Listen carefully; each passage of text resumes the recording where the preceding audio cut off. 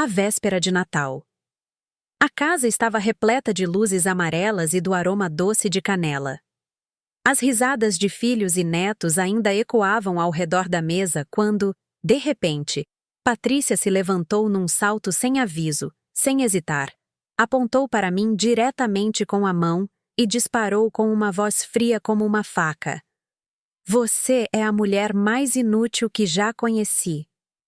Fiquei paralisada. 67 anos sendo esposa, mãe, avó. Jamais imaginei que seria julgada assim, em plena ceia familiar. Com calma, baixei o copo, ouvi claramente as batidas do meu coração no peito, olhei-a nos olhos e disse uma frase muito pequena, mas suficiente para que a mesa inteira ficasse em um silêncio sepulcral. Então, a partir de hoje, não me ligue mais toda vez que precisar de dinheiro. E naquele instante exato, entendi que havia tocado justamente naquilo que mais a aterrorizava. Apenas alguns minutos depois, ouviu-se o uivo da sirene de uma viatura em frente ao meu prédio. Patrícia já havia ligado para o 190 e me acusou de ameaçar a família. Naquele momento, uma única pergunta ecoou na minha cabeça. Por que ela estava tão preparada? Porque isso não foi um impulso. Foi uma armadilha cuidadosamente planejada. Mas antes de continuar, estou muito feliz que você esteja aqui. Se está assistindo a este vídeo, deixe seu like, inscreva-se no canal e me diga de onde está ouvindo a minha história nos comentários. Quero saber até onde nossas histórias chegaram, porque aquela véspera de Natal não só mudou a relação dentro da minha família, mas também despertou uma mulher que acreditava ter se acostumado a guardar silêncio a vida toda. Cheguei em frente ao portão do condomínio exatamente na hora que Patrícia havia me escrito em sua última mensagem, às 4:30 da tarde, nem antes, nem depois. Naquele dia, o clima em Alphaville estava ameno. O vento trazia consigo o aroma de pinho e canela das casas que já começavam a se preparar para a véspera. Desliguei o motor do carro, fiquei sentada alguns segundos, ajeitei o cachecol ao redor do meu pescoço e respirei fundo. Não sei porquê, mas dentro de mim havia uma sensação muito estranha. Não era exatamente preocupação, nem emoção, mas algo parecido com quando se entra numa sala limpa demais, silenciosa demais, onde tudo parece ter sido arrumado de antemão para que alguém interprete um papel específico. A porta se abriu e Patrícia já estava lá. Sorria de maneira ampla, daquele tipo de sorriso tão perfeito que qualquer pessoa de fora pensaria que ela não era tão calculista. Dona Rosa, que prazer que tenha chegado tão pontual, disse ela com uma voz tão doce que resultava um pouco excessiva. Assenti com a cabeça e lhe estendi a travessa de rabanada que ainda estava morna nas minhas mãos. Fiz logo cedo. Espero que as crianças gostem. Patrícia pegou a travessa, olhou-a por um segundo e a colocou de lado com um movimento preciso, como se fosse um gesto praticado muitas vezes. Eu percebi isso, mas não disse nada. Na sala, a árvore de Natal era tão alta que quase tocava o teto. As luzes amarelas piscavam suavemente. O aroma de chocolate quente pairava no ar, misturado ao som de músicas natalinas que se ouviam num volume agradável e suave. Sofia foi a primeira a correr para mim. Me abraçou com força. Seu cabelo macio roçou meu pescoço e senti meu coração se apertar. Vó, senti muito a sua falta. Lucas vinha atrás dela, já mais alto do que eu, tentando manter a pose de seus 16 anos, embora não conseguisse esconder o sorriso. Chegou, vó. Tudo bem? Ricardo saiu da cozinha, secou as mãos num pano e me deu um abraço apertado. Naquele instante, eu disse a mim mesma que talvez estivesse pensando demais. Talvez estivesse tudo bem. Talvez a família seja assim, às vezes distante, às vezes desconfortável. Mas no final, ainda é sangue. Patrícia se movia pela casa com rapidez.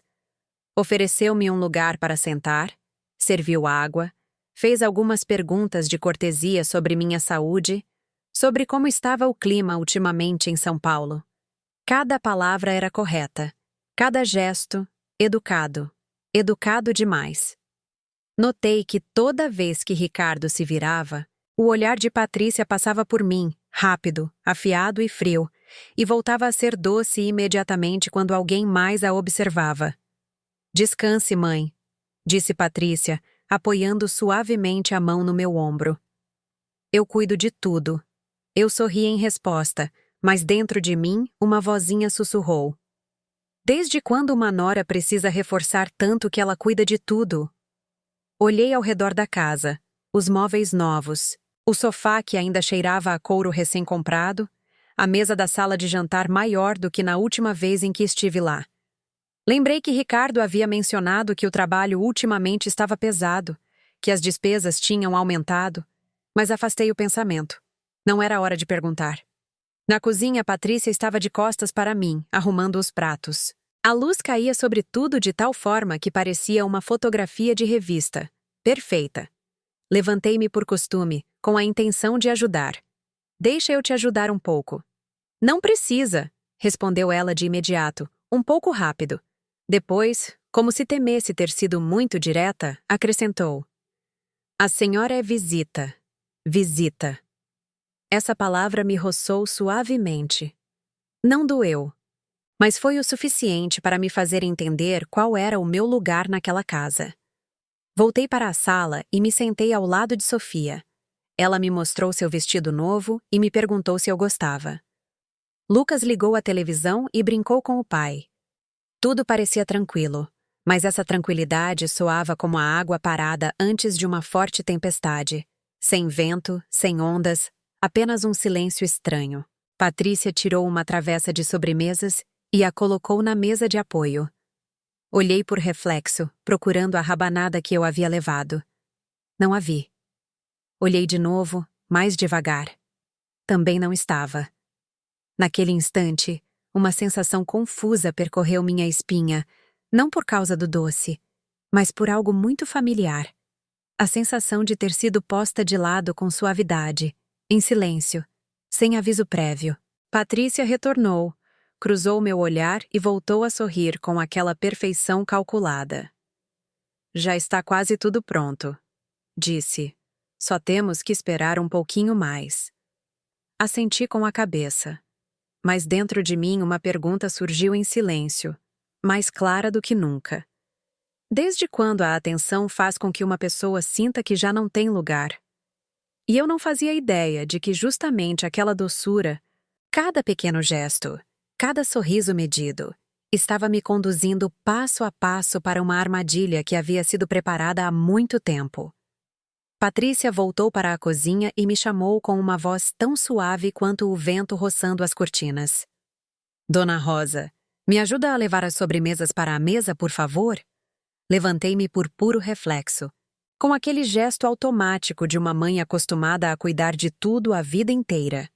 Na cozinha, a luz branca caía sobre as travessas de pudim dourado, os bolos comprados já cortados com precisão, decorados com esmero, como se tivessem vindo diretamente de uma confeitaria.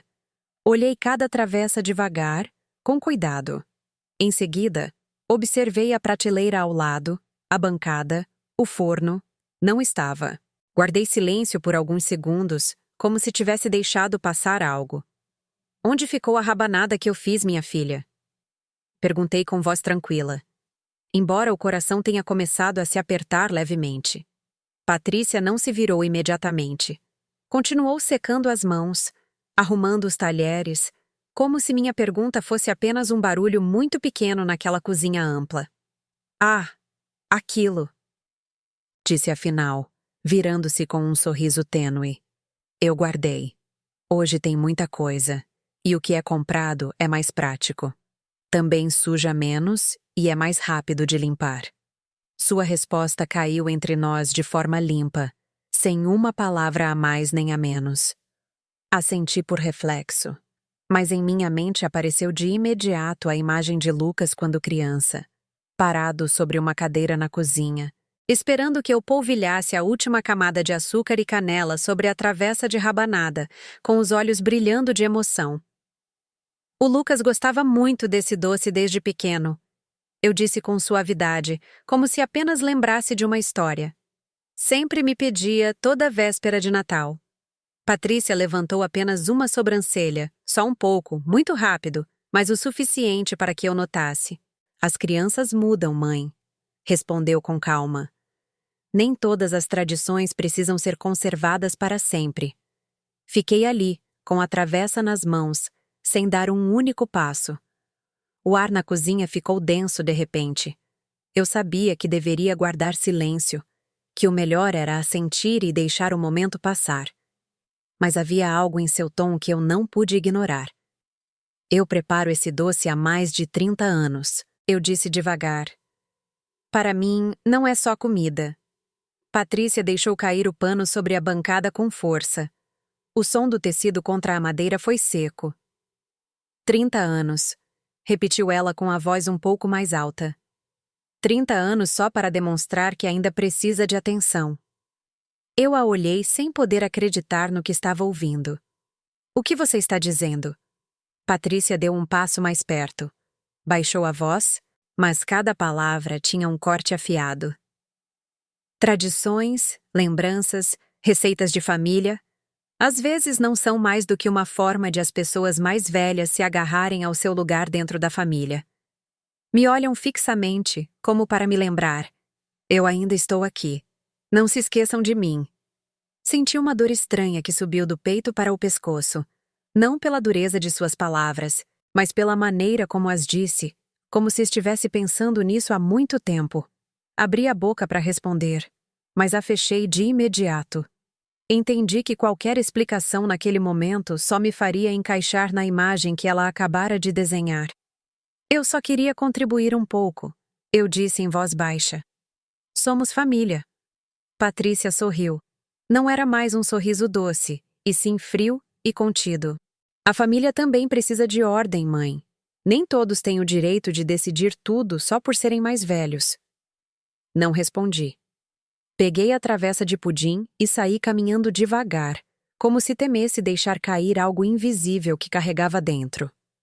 Na sala, as risadas de Ricardo e das crianças continuavam ecoando. Sofia contava algo da escola para o pai. Lucas ria às gargalhadas de alguma piada. Ninguém sabia que, a apenas alguns passos de distância, um fio acabava de ser cortado com um gesto quase imperceptível. Coloquei a travessa de sobremesa na mesa de apoio. O aroma doce se espalhou pelo ar, mas para mim tudo se tornou insípido. Sentei-me numa cadeira com as mãos no colo, esforçando-me para manter uma expressão normal. Sofia se aproximou correndo e me sussurrou. Vó, mais tarde a gente come o que você fez. Eu a olhei e senti meu coração tremer um pouco. Depois a gente vê, meu amor. Respondi tentando sorrir. Da cozinha, vi Patrícia nos observando. Seu olhar não era de raiva nem de preocupação. Era o olhar de alguém que acaba de colocar uma peça no lugar exato. Então, entendi que o que mais me doía não era que a rabanada tivesse sido guardada. Era a sensação de ter sido deslocada de um espaço que sempre acreditei ser meu. Sem gritos, sem discussões. Bastou uma decisão muito pequena. Esconder um doce, para deixar claro que eu já não pertencia ao centro desta história. Respirei fundo, dizendo a mim mesma que estava exagerando. Mas, no fundo, nasceu um pensamento silencioso. Tão claro que eu não pude negar. Isso não se tratava de um doce. Se tratava de quem tinha permissão para existir nesta família e quem não tinha.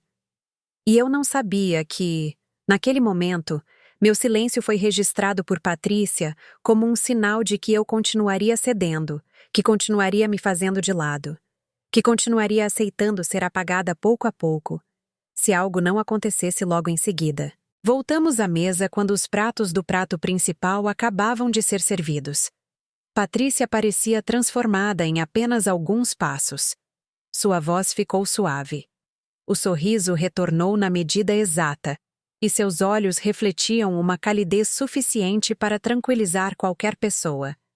Se alguém olhasse de longe, pensaria que era uma mulher atenciosa, dedicada a manter a harmonia familiar. Sentei-me ereta, com as costas retas e as mãos no colo, ajustando minha respiração para que ninguém notasse o desequilíbrio que acabava de viver na cozinha.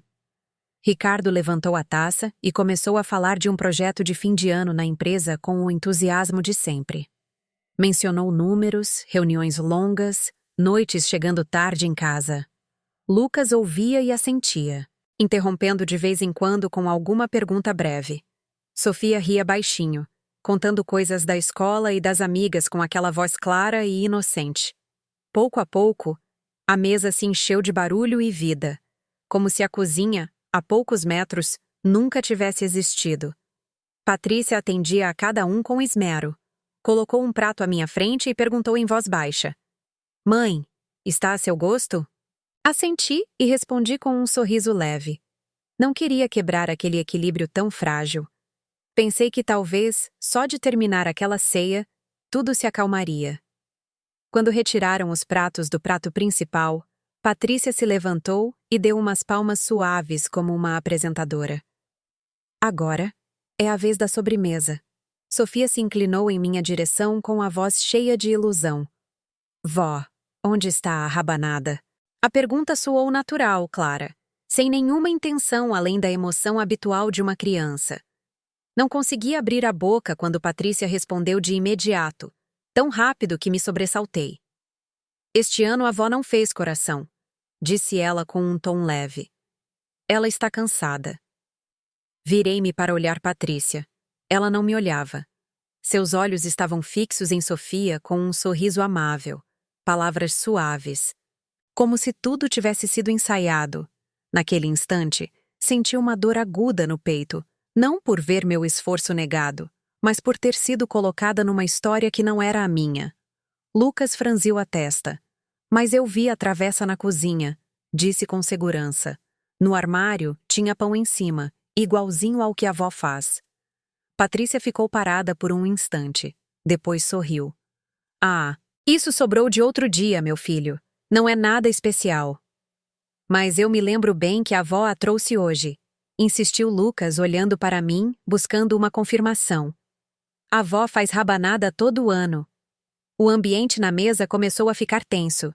Ricardo parou de falar e olhou do filho para a esposa. Sofia guardou silêncio com os olhos bem abertos. Senti meu coração acelerar, mas continuei sem dizer nada. Eu não queria transformar aquilo em um confronto na frente das crianças. Patrícia deixou cair a colher com força sobre a mesa. O som do metal contra a madeira foi seco. Lucas, sente-se, ordenou com a voz subitamente dura. Eu já te disse. O doce de hoje é o que está na mesa. Não precisa perguntar mais. As duas crianças ficaram imóveis. Sofia baixou a cabeça e entrelaçou as mãos. Lucas se levantou um pouco da cadeira e voltou a se sentar com os lábios apertados. O burburinho de antes desapareceu como se nunca tivesse existido. A sala ficou envolta num silêncio pesado. Ricardo pigarreou. O que houve, amor? Perguntou, tentando manter um tom suave. É só uma sobremesa. Patrícia se virou para o marido. O sorriso retornou, mas havia algo rígido nele. Só quero que tudo esteja em ordem, disse. Você sabe que nessas datas tudo pode sair de controle facilmente. Lucas me olhou com os olhos cheios de confusão. Vó, me chamou bem baixinho. Olhei para meu neto que crescia a cada dia na minha frente. Em seu olhar havia uma sensação de injustiça ainda imatura, aquele tipo de emoção que é tão difícil de esconder aos 16 anos. Eu sabia que bastava que eu dissesse uma única palavra para que tudo explodisse. Eu também sabia que se guardasse silêncio, a história terminaria exatamente como Patrícia queria. Patrícia não deixou esse instante passar. Cortou um pedaço grande de bolo, colocou no prato dela e depois me olhou fixamente. Às vezes, disse com uma voz alta o suficiente para que todos a ouvissem. Os adultos precisam aprender a aceitar que nem todas as tradições devem ser conservadas só porque são velhas. Essa frase foi como um tapa invisível. Ricardo não percebeu. Sofia não entendeu totalmente, mas eu sim. Patrícia não estava falando do doce, estava falando de mim. Respirei fundo. Senti minhas mãos esfriarem. Em minha mente apareceram os anos em que, em silêncio, fiz de tudo para ter um lugar na vida dos meus filhos e netos. As refeições, os pequenos presentes, os telefonemas para perguntar como estavam. E agora, com apenas algumas frases, tudo ficava reduzido a 2 palavras. Passado de moda. Lucas me olhou. Depois, olhou para Patrícia. Mas eu gosto da rabanada da minha avó, disse com a voz baixa. Mais firme. Gosto porque é dela. Patrícia se virou bruscamente para ele. Lucas! Gritou. Só uma palavra, mas foi suficiente para que Sofia se assustasse e ficasse com os olhos cheios de lágrimas. Já chega! A calidez da mesa se evaporou por completo. Eu já não ouvia as músicas natalinas, embora a música continuasse tocando em algum lugar da sala. Olhei ao redor da mesa, um por um. Ricardo guardava silêncio, evitando meu olhar. Sofia baixou a cabeça. Lucas ficou rígido e então compreendi que naquela ceia de Natal, o mais doloroso não foi a mentira. Foi a humilhação cuidadosamente disfarçada, na frente das crianças que eu tanto amava. A ceia terminou envolta em um silêncio pesado, mais longo do que imaginei. Patrícia foi a primeira a se levantar e começou a recolher os pratos com rapidez, como se quisesse cortar pela raiz o mal-estar que ainda pairava sobre a mesa. Falou num tom alto o suficiente, muito natural, muito razoável.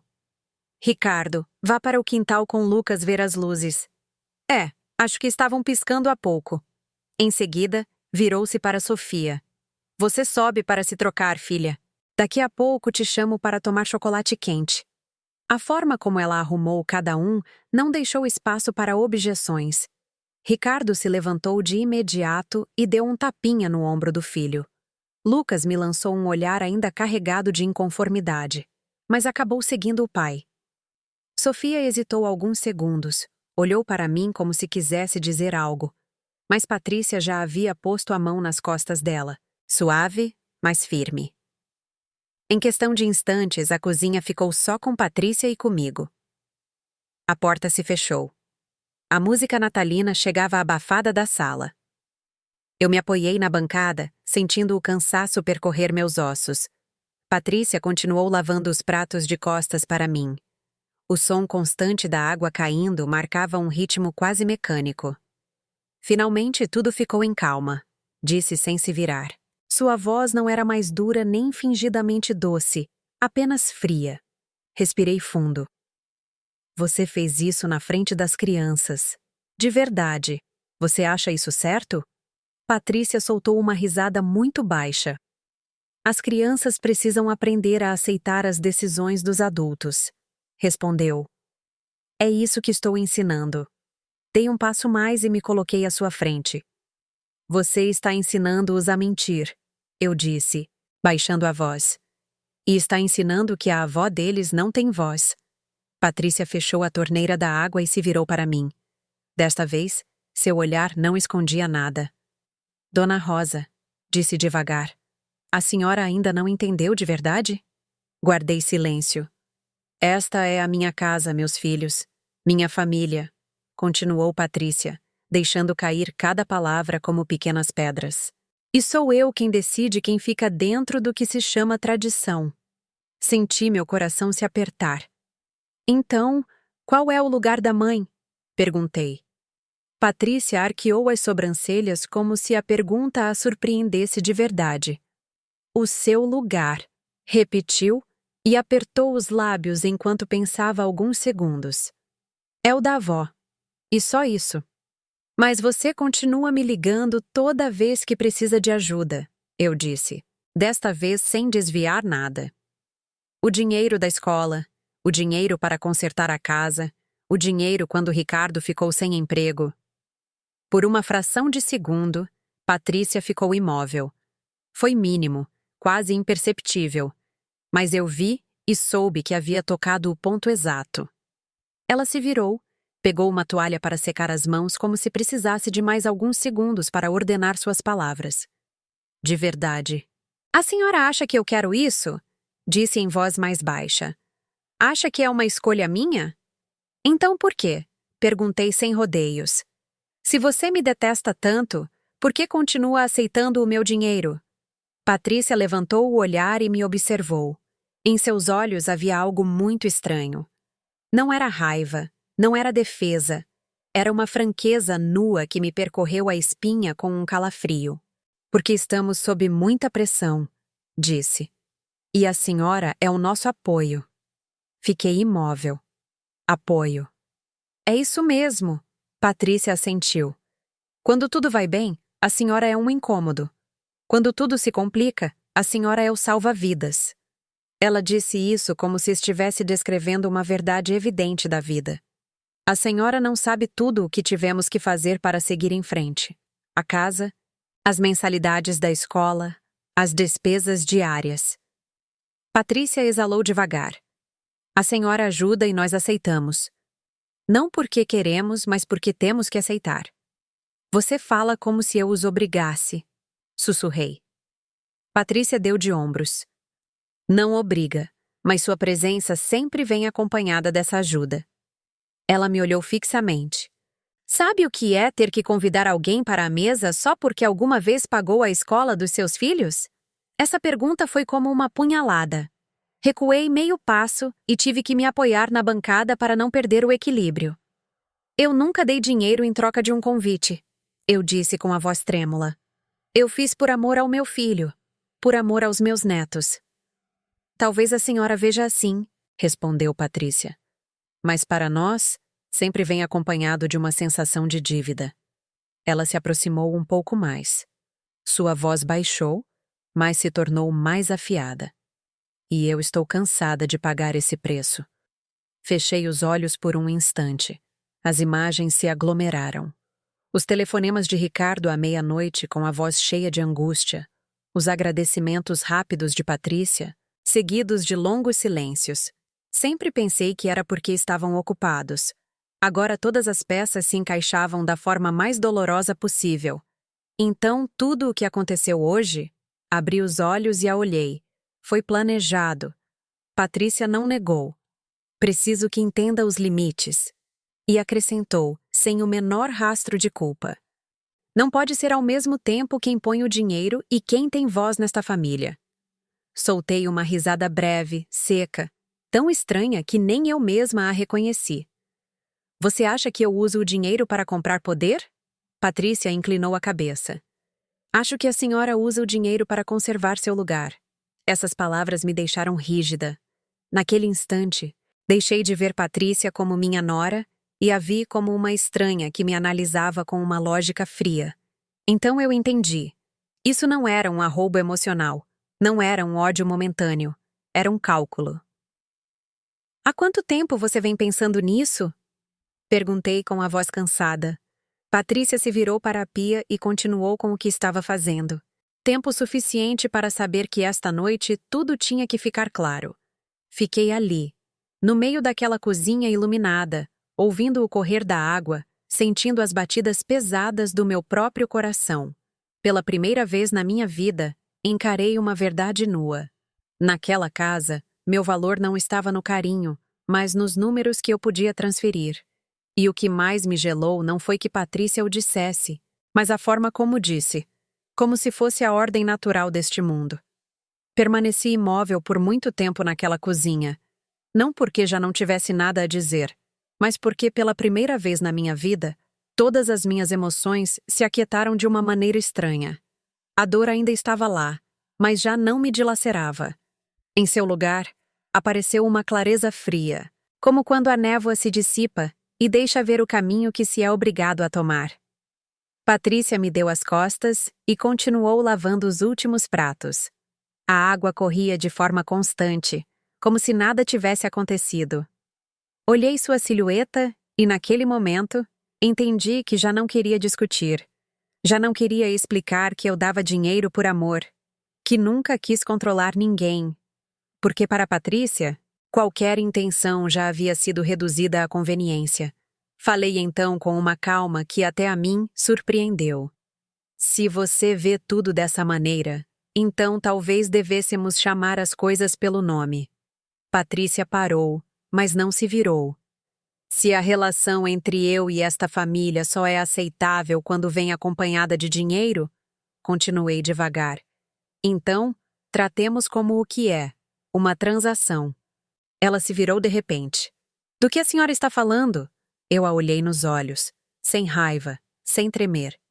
Acabaram-se os presentes inesperados. Acabaram-se as ajudas urgentes à meia-noite. Acabaram-se as transferências que ninguém pede. Respirei fundo. Se precisarem de dinheiro, digam-no de frente com clareza. Mas eu não vou mais comprar meu lugar aqui. Patrícia abriu a boca para responder, mas a fechou de imediato. Seu rosto empalideceu em questão de segundos, como se acabasse de compreender algo. Vi em seus olhos um brilho de preocupação que não conseguiu esconder. Não por mim, mas pelos cálculos que acabavam de desmoronar. Mãe, a senhora está exagerando tudo, disse tentando manter a voz firme. Não precisa ser tão extrema. Neguei com a cabeça. Não, Patrícia. Extremo é desprezar alguém e, ao mesmo tempo, estender a mão para receber o dinheiro. Isso, no entanto, é apenas um limite. Ela guardou silêncio. Soube que havia tocado justamente naquilo que ela menos queria ouvir. Não porque a ofendesse, mas porque fechava uma porta. Naquele momento, Ricardo entrou na cozinha. Olhou para nós duas confuso. O que houve? Perguntou. Por que o clima está tão tenso? Patrícia se virou para ele e, no mesmo instante, sua voz se suavizou. Nada, apenas um pequeno mal-entendido. Olhei para Ricardo, o filho que criei por toda a minha vida, e vi em seus olhos aquele cansaço familiar, aquele costume de evitar os conflitos que não quer enfrentar. Não o culpei, mas também não podia continuar carregando aquele silêncio por ele. Filho, eu disse, acho que já vou. Ir embora? Ricardo se surpreendeu. Tão cedo? Nem tomamos o chocolate quente. Estou cansada, respondi. E desta vez não é uma desculpa. Patrícia ficou imóvel. Olhou para mim, depois para Ricardo, como se estivesse calculando algo mais. Fique mais um pouquinho, disse com um tom diferente. As crianças querem. Eu sorri levemente. Outro dia. Virei-me para pegar meu casaco. Sofia desceu correndo as escadas e, ao me ver, parou de repente. Vó, para onde você vai? Perguntou com a voz inquieta. Eu me abaixei e a abracei, sentindo o aroma familiar de seu cabelo. A vó vai para casa, meu amor. Está um pouco cansada. Lucas estava atrás do pai, me olhando fixamente. Seu olhar parecia querer dizer algo, mas no final apenas assentiu em silêncio. Eu sabia que dentro dele havia uma pergunta muito maior do que a rabanada. Ricardo me acompanhou até a porta. Antes de abri-la, parou. Mãe, disse em voz baixa. De verdade, está acontecendo algo? Olhei para ele. Em seus olhos, vi a confusão de alguém que sempre tenta manter a paz sem escolher nenhum lado. Coloquei minha mão em seu braço. Estou bem, eu disse. Só preciso de tempo para arrumar algumas coisas. Que coisas? Perguntou ele. Sorri sem responder. Há coisas que, ditas naquele momento, só complicam mais tudo. Vesti o casaco e saí. O ar frio da noite encheu meus pulmões e me clareou por completo. Quando o carro deu a partida, olhei para a casa atrás de mim. As luzes continuavam acesas, a música continuava tocando, tudo permanecia igual, exceto uma coisa: o meu lugar dentro daquela casa. A caminho de casa, não chorei. Também não senti raiva, apenas uma calma muito profunda, como a superfície de um lago depois da tempestade. Pensei nos anos em que me acostumei a dar sem perguntar, a ceder para poder ficar. E pela primeira vez, fiz a mim mesma uma pergunta que nunca antes havia ousado formular. Se não houvesse dinheiro, eu continuaria sendo considerada família? Parei em frente ao meu pequeno apartamento. A luz amarela conhecida escapava pela janela. Entrei, pendurei o casaco e me sentei na velha mesa da cozinha. Naquele silêncio, entendi que aquela noite eu não havia perdido. Simplesmente havia decidido parar de jogar com as regras dos outros. E foi justamente essa decisão tranquila, sem escândalo, sem represálias, o que mais assustou Patrícia. Cheguei ao apartamento quando o relógio da cozinha acabava de passar das 10 da noite. O espaço familiar me recebeu com uma quietude reconfortante, tão distinta da tensão que ainda sentia sobre os ombros. Pendurei a bolsa, tirei os sapatos e acendi a luz da cozinha. O brilho amarelo caiu sobre a mesa de madeira gasta, onde havia comido tantas vezes sozinha ao longo dos anos. Naquele momento, não me senti sozinha. Me senti lúcida. Pus água para ferver e preparei um bule de chá de camomila. O vapor subiu lentamente. O aroma suave encheu a cozinha pequena como um gesto silencioso de consolo. Sentei-me, abri a gaveta e tirei a caderneta de capas gastas que usava para anotar minhas despesas mensais. Sem hesitar, passei para uma folha em branco, peguei a caneta e comecei a escrever. No início, só pensava em anotar alguns gastos recentes, mas os números começaram a se encadear sozinhos. As aulas extras de Lucas do ano passado, o conserto do telhado depois da chuva forte, o empréstimo temporário quando Ricardo mudou de emprego. Escrevi devagar, com cuidado para não esquecer nada. Cada linha era uma lembrança, um telefonema urgente, um agradecimento apressado. Quando parei e levantei a vista para o relógio, já passava das 11 da noite. Fiz a soma mentalmente. Depois a refiz. O número final me obrigou a deixar a caneta sobre a mesa. Era maior do que eu imaginava. Muito maior. O telefone vibrou sobre a mesa. O nome de Ricardo apareceu na tela. Olhei-o por alguns segundos e depois o coloquei virado para baixo. Não por raiva, mas porque precisava conservar aquela calma um pouco mais. Voltou a tocar mais uma vez, depois uma terceira. Não atendi. Continuei revisando mensagens antigas. Mãe, estou muito apertado. Só nos empresta uns dias. Te devolvemos logo. Essas frases tão conhecidas agora tinham outro matiz. Não pelo que diziam, mas pelo contexto. Tirei capturas de tela, imprimi os comprovantes eletrônicos que ainda tinha no e-mail. Eu não sabia exatamente por que o fazia. Talvez fosse o instinto de alguém que sempre havia precisado que tudo estivesse ordenado e claro. Quando terminei de arrumar a pequena pilha de papéis sobre a mesa, ouviram-se batidas na porta. 3 batidas firmes, medidas. Não eram batidas de vizinho. Levantei-me.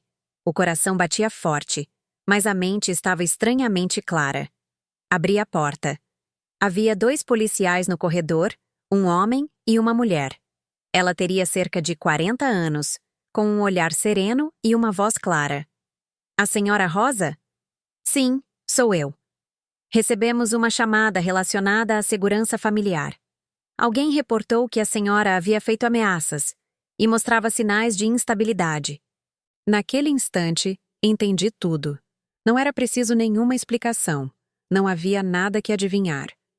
Um frio percorreu minha espinha, não de medo, mas pela intenção calculada por trás daquela ligação. Entrem, por favor, eu disse, abrindo a porta de par em par. Entraram no meu pequeno apartamento e olharam ao redor com rapidez e profissionalismo.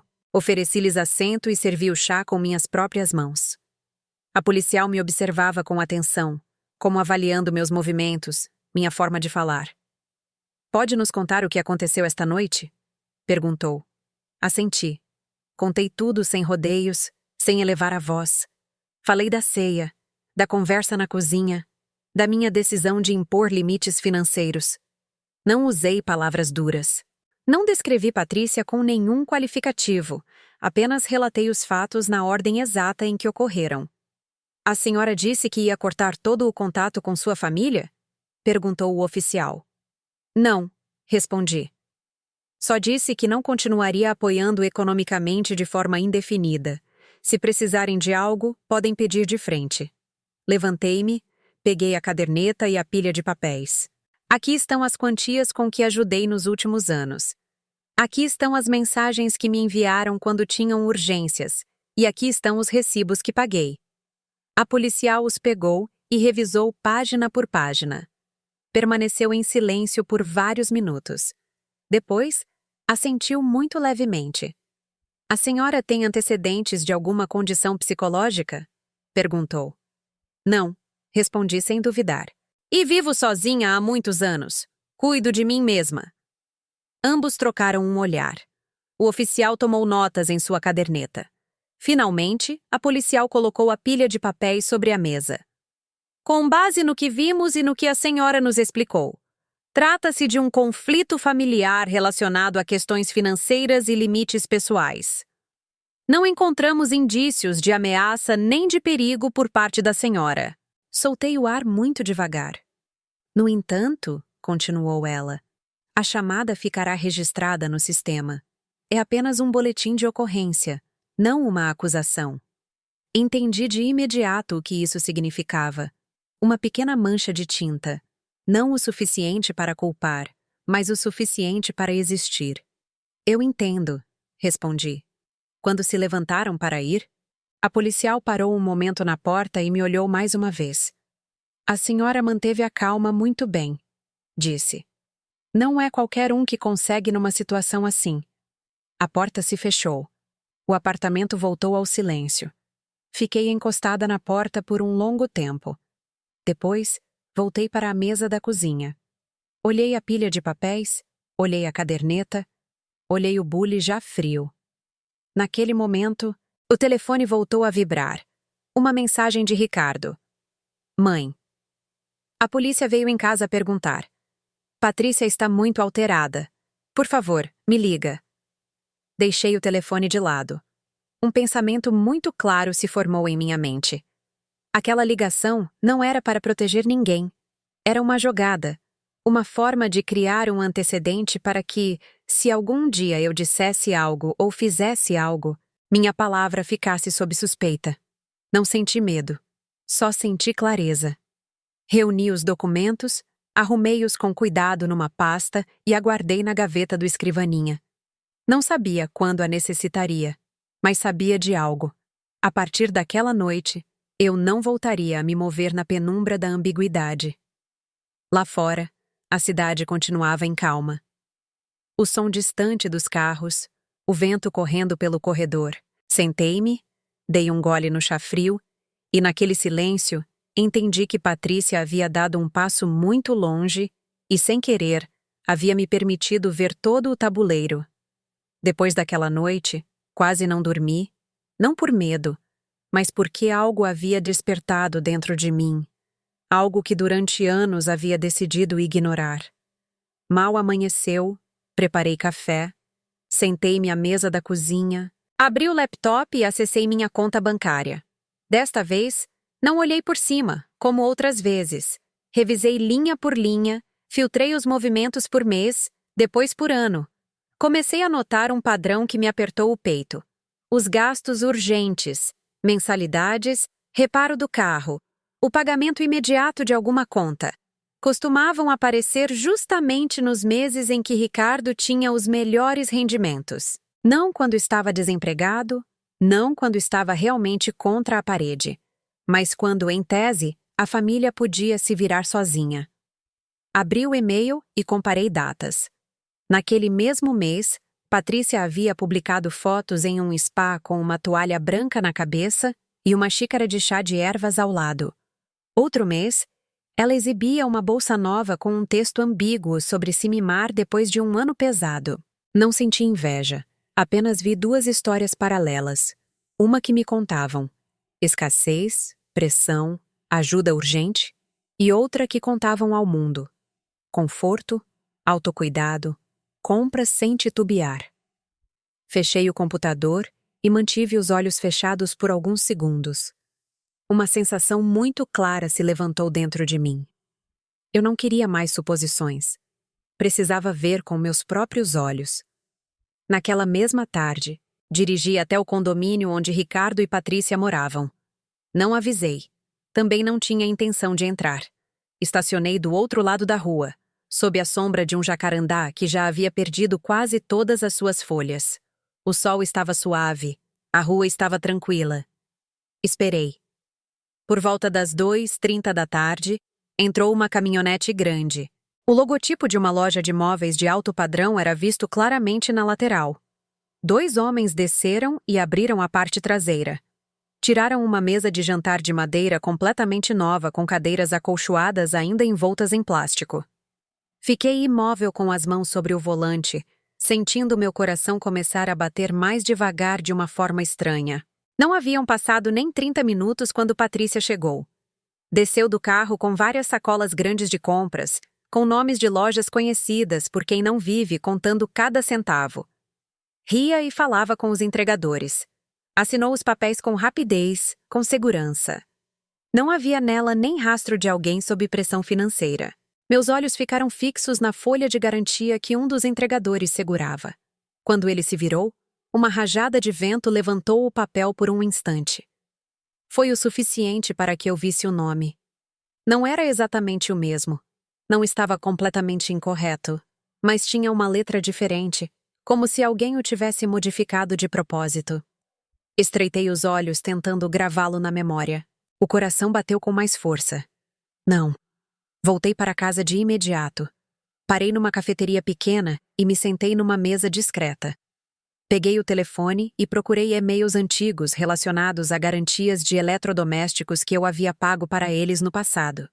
Mais uma vez, apareceram pequenas variações na forma como o nome de Patrícia estava escrito.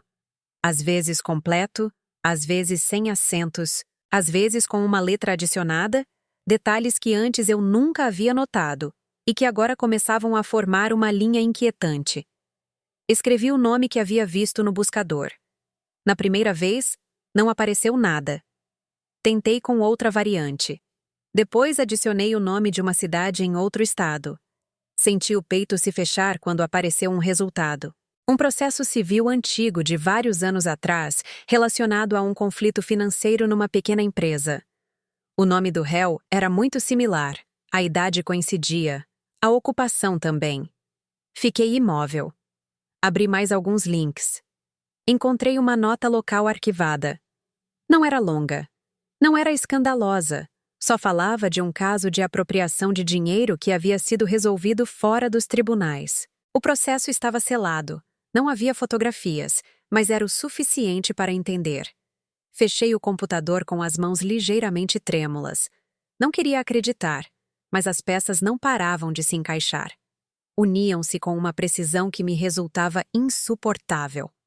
Naquela noite, voltei ao apartamento e abri novamente o dossiê que havia preparado desde a noite anterior. Acrescentei cópias de extratos bancários, e-mails, as fotografias que havia tirado de longe. Não sabia exatamente para que estava me preparando, mas tinha algo claro. Isso já não era só um conflito familiar.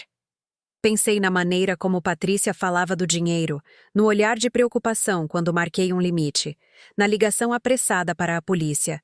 Tudo adquiria agora outro significado.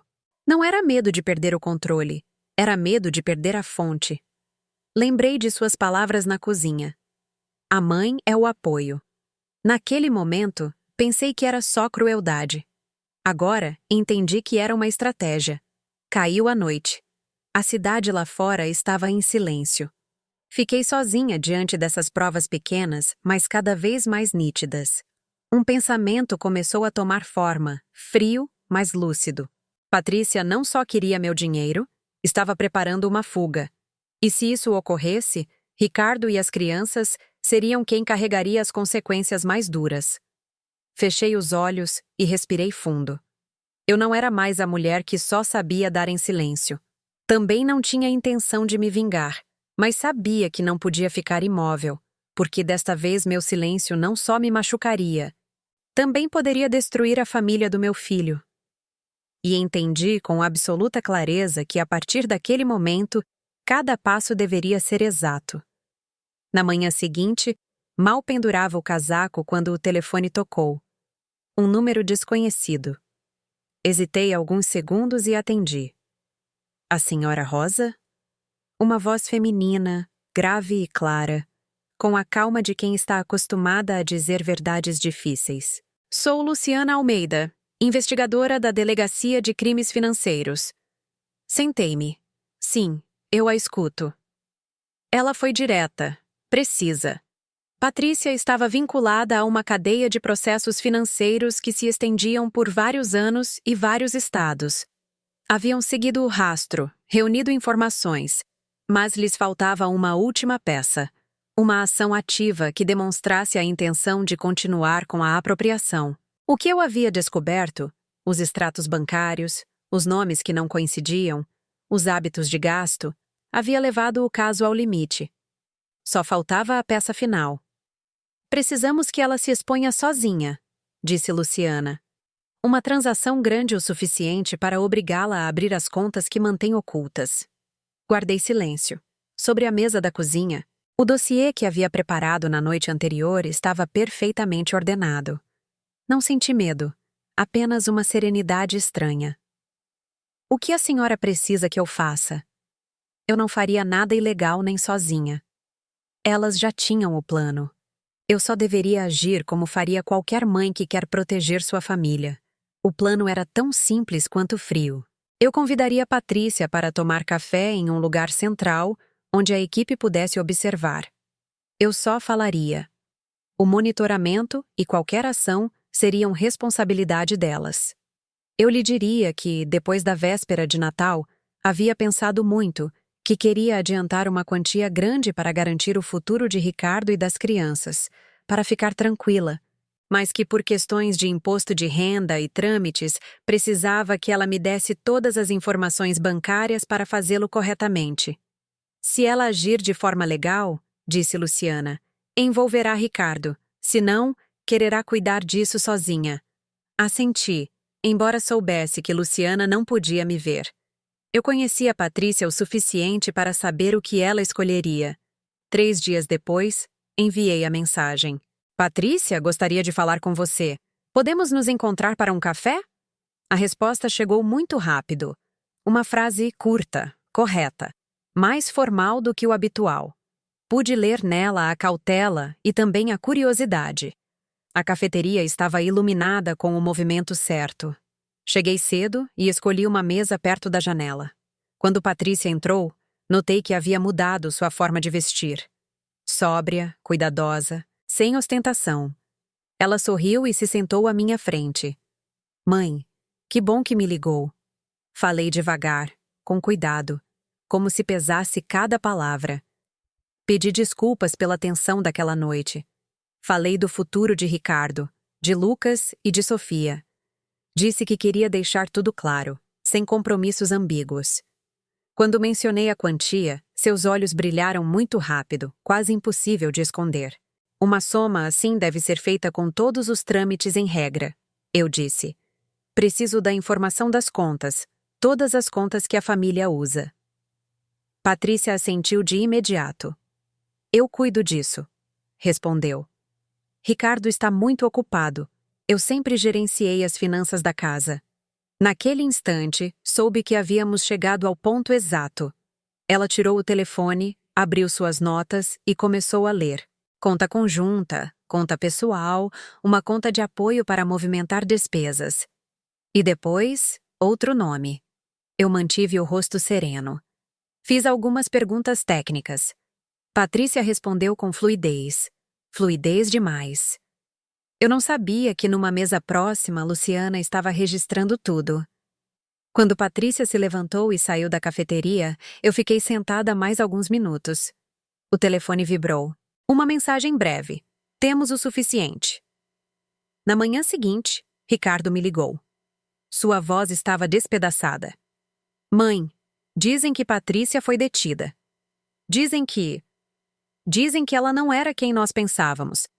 Não perguntei mais nada, apenas escutei. Naquela mesma tarde, Lucas e Sofia chegaram ao meu apartamento. Ficaram parados em frente à porta, inseguros, e depois me abraçaram com força. Ninguém disse nada, não era preciso. Os dias seguintes passaram devagar. Ricardo desabou e depois começou a se levantar pouco a pouco. A verdade, quando vem à tona, dói, mas também esclarece. Eu não repreendi. Não apontei. Apenas estive ali. Não com dinheiro, mas com uma presença sem condições. Uma tarde, Enquanto arrumava a gaveta da mesa da cozinha, encontrei um envelope velho que nunca havia aberto. Tinha meu nome escrito com uma letra conhecida e organizada. Eu o deixei de lado. Não o abri. Não tinha pressa. Há coisas que precisam do seu momento. Eu não ganhei humilhando ninguém. Não precisei demonstrar quem tinha razão com palavras duras. Ganhei com limites, os limites do respeito e com a verdade. Conservei minha dignidade e, o mais importante, protegi as crianças de um ciclo que não mereciam herdar. Quando eles voltaram para casa, depois de todos os trâmites finais, a casa estava estranhamente silenciosa. Sobre a mesa nova da sala de jantar, a luz da tarde caía em um canto sereno. Quando voltaram para casa, encontraram um último envelope com meu nome nele. Quando a casa voltou, pouco a pouco, a ficar em silêncio, sentei-me sozinha durante muito tempo e pensei em tudo o que havia acontecido. Entendi que há momentos em que o silêncio não é resignação, mas uma forma de ouvir a si mesmo. Há limites que, se não os traçarmos com as nossas próprias mãos, ninguém o fará por nós. E também há verdades que, embora doam, continuam sendo o único caminho que conduz à paz. Obrigada por escutar minha história. Se tocou seu coração, deixe seu like, inscreva-se e me conte se você estivesse no meu lugar, o que faria, porque talvez suas palavras hoje possam dar calor a alguém que precisa de esperança.